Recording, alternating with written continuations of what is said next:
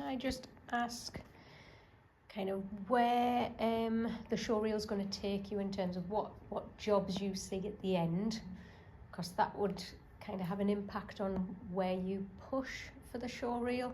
So if you're going for, like, you've researched a dancer's portfolio, is it dance that you're going into?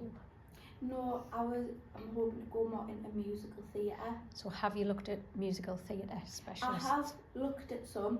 I looked at a girl called, I think she was called Ellie, and she did a showreel for The Search of Dolly when they were looking for a younger Dolly Parton. And her showreel showed she was in character but a very blue background, which is what I've picked up on most of them. But I mostly focus on looking at a dance showreel because I've never put dance into a showreel before. They're very, very different though. Yeah. What was your question 3? When you did our quiz, what was question 3? What goes in a showreel, and then what were the answers? The answer was things that are only subject specific. Subject specific. So And then your strengths. And then your strengths as well. So we're definitely all for developing skills. What I would possibly do is look at skills development over the first 2 to 4 weeks, something like that. Especially going to Seville, where, I mean, last year they did flamenco dancing and things like that. Looking at skills development those first few weeks, and then reviewing in the middle to then articulate what is your strong suit to go in your showreel. I think pre-planning like this right now is restricting you. It means your development of your skills is going to be really limited because you're forcing yourself to be ready for a final, like a product, as opposed to other people who are working in the industry or training for the industry who will just participate in the random workshop here and the odd workshop here, and they're training here, and then by the end of the year or by the end of however long, they'll go, do you know what, I really enjoyed that, but that's a skill that I still need to continue to develop. It turns out that I'm actually really good at commercial heels, and I didn't know I had that skill. So I would look to do some sort of experiment and workshops and review, looking at classes outside of college, Dance City if dance is what you're interested in, Greenhouse down the road. Look at skills development before you actually create a showreel. The song Diva, it will be sassy, but when I listen to the song, and it might just be a me problem, I don't believe you could choreograph the jazz dance linked to musical theatre to that song. It's probably going to be commercial jazz, in which case the technique of jazz that people are going to be looking for in musical theatre auditions probably won't be as evident. You probably, if you were doing a musical theatre showreel, the dance aspect would probably be your tap, clean jazz, showing that basic technique, if that's what it is. But I would definitely research it in musical theatre showreels. Yeah. The song, the material you've got is great. I would audition Matic. I would put that up for review as well. Yeah, there's also options in Lubetkin as well. So Bradley, Luke, if you thought I can look further afield than just what's in the session. I put what's the style and genre, but obviously it's musical theatre, so it just needs a little bit of wiggling. I put where is the collaboration, because I know you're intending to sing with Matic.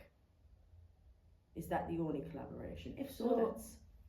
With the collaboration with Melody, me and Melody are both choreographing the dance together, because I needed, as dance isn't my strongest suit and it's something I do want to develop. So then would it be sensible for, instead of just developing dance, you're now developing you as a choreographer? You've took off a massive... Yeah, because massive load. I worry because I've got a thing on here, jazz, and then I've got training, question mark. If you're putting yourself forward for musical theatre pieces, you need to be strong, really strong across all three disciplines. And sometimes we like the idea of doing something, but like if you showed me a piece of your jazz, I'd probably spot that you'd never been trained. Now, if I'm spotting that, everybody else in the industry is going to pick up on that as well. So like Melody's coming in from a dance background, and she'll be doing things that she's learned at dance and in Lubetkin and in Dance Academy and in Dance Specific. But is it what the industry's looking for? So again, like what Nadine suggested, getting out and about and having a look at what's out there and going to professional classes. If we're using this for the professionals, it's no good going back to people who are just training themselves to say, help us out with this and put this in. Ideally, you want to be knowing what's out there. Yeah, and being at a standard that you can cope with that. Because this one little snippet of it, might not be you might not be doing yourself justice. Yeah. The other thing I had on there is if you work with somebody else in a show reel, you risk them being picked up and not yourself. So it's always a bit of a balance. You don't want to have somebody who kind of undersells your performance. So a few years ago, show reels would have been kind of group pieces recorded on stage, and people would normally highlight with an arrow going, this is me, this is me doing this. And what you'll find now is those things are still included because people want to show off the shows, the credits that they have. But a lot of the time, people will hire private studios and their show reel will only be them. And Amanda's totally right, and that came from the back that I would audition for a show, Amanda would be dancing in the background of my show reel, and people would then scout Amanda and not myself. So it does happen, and it's one of the reasons people just go, this is me and this is my show reel, and they hire out studios. A few years when show reels first came about, someone standing in a random room delivering a monologue, people would have been like, what's going on? That is so unnatural. Like, who are you performing that to? But because of the nature of the industry, show reels have just changed. So you might even, in your research, you might want to look at the development of show reels, why it made that development. I also put, and I really, are you going to sing live on your show reels? Yeah.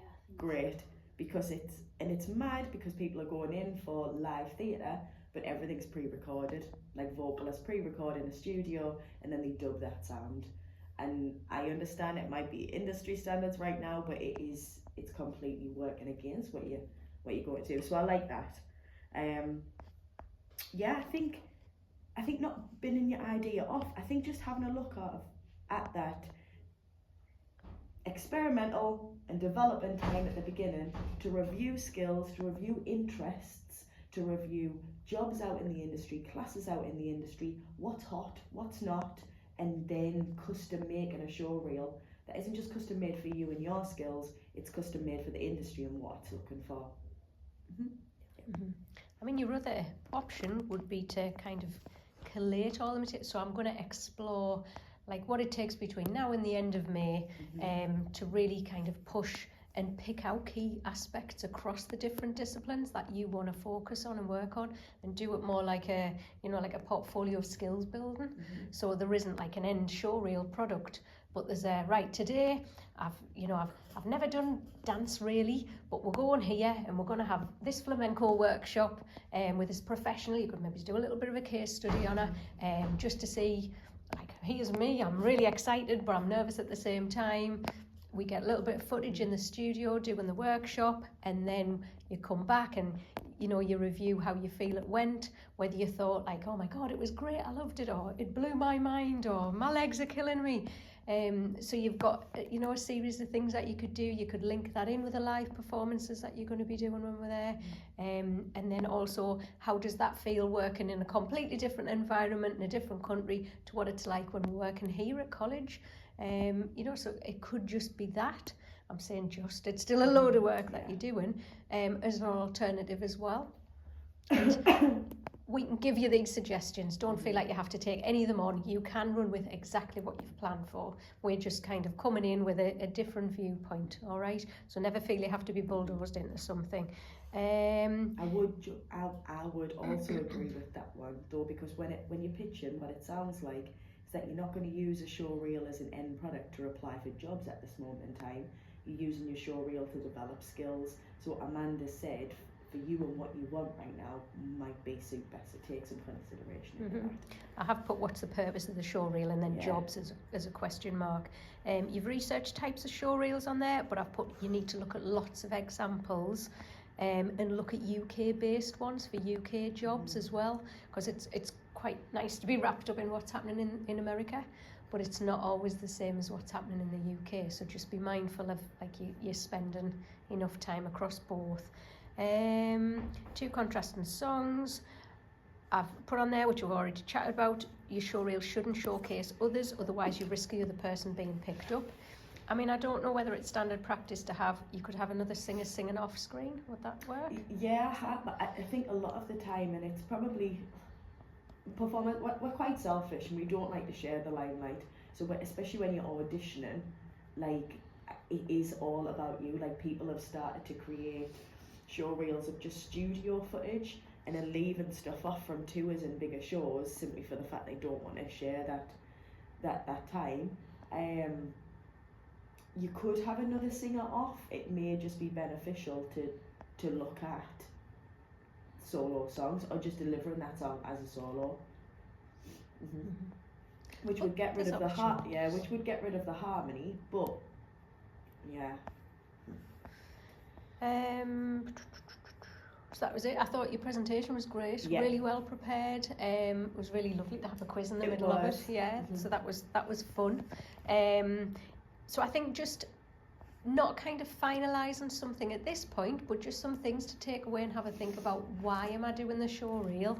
And if it is for a job, then we need to be researching where we want to see ourselves going in the sector.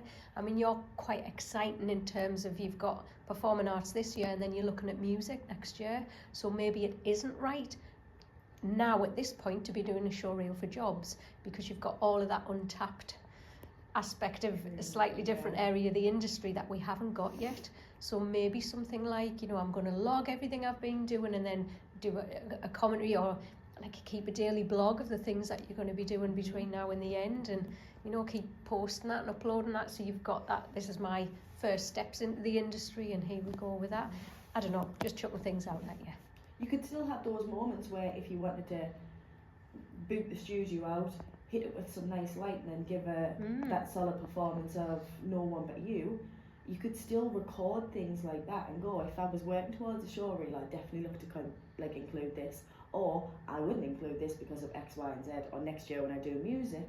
So the whole project is just kind of a reflection and development for you. But yeah. Okay. Super presentation. Thank you very much.